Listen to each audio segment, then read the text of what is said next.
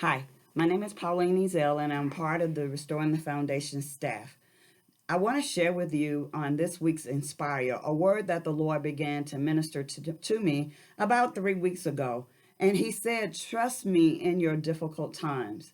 I had been to an appointment and I was on my way back home. I was on 40 West, going 40 West, and I put my waves on because over the last few years, you just cannot move anywhere in Nashville without putting waves on, so you know the best way to get to where you were going.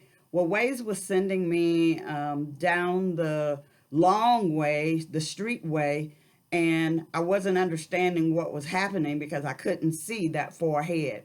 So when I got the opportunity, I jumped on the interstate because I said, "Oh, I could get there quicker this way if I get on interstate." And when I got on the interstate and I was going fine for about a mile, then all of a sudden I saw this long pileup, and Waves redirected me again to a shorter way, had me get off the interstate and get back on the main roads, and it led me home. As I began to drive home, I just kept hearing the Lord say, "You put waves in for a purpose, so you should let it lead you the way. It really does know the best way." And then this word kept coming up in my spirit. And I want to read it to you in the Amplified as well as the King James Version, found in Proverbs 3, 5, and 6. King James says, "Trust in the Lord with all thine heart, and lean not into thine own understanding. In all thy ways acknowledge him, and he shall direct thy path." The Amplified Version says, "Lean on, trust in, and be confident in the Lord with all your heart and your mind, and do not rely on your own insight or understanding." See, I was relying on my own insight or understanding, thinking I knew the right way to go home.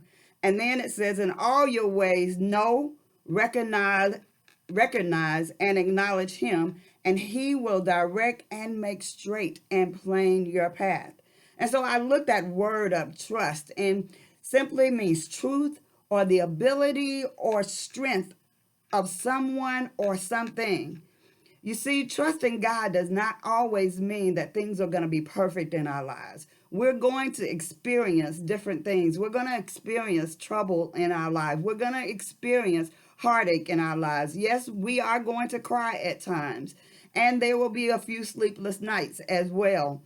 But trusting God does mean I am in the place, I am not in that place alone. I don't have to figure it out. I don't have to wonder how I'm going to get through. All I have to know is that God is with me. All I have to do is recognize him. All I have to do is acknowledge him. All I have to do is listen to his voice and listen to his direction.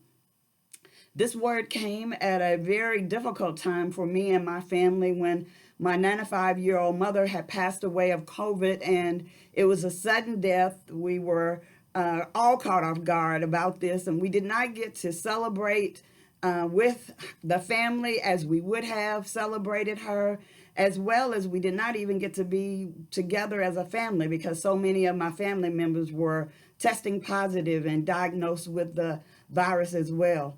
But God is showing us, even in the midst of pain, even in the midst of the tears, that he has us, that all we have to do is know him. And I do know him as Father God, as Papa. All we have to do is acknowledge him, and all we have to do is let him lead and guide us and direct us. So yes, I do trust you, Lord. I do trust you.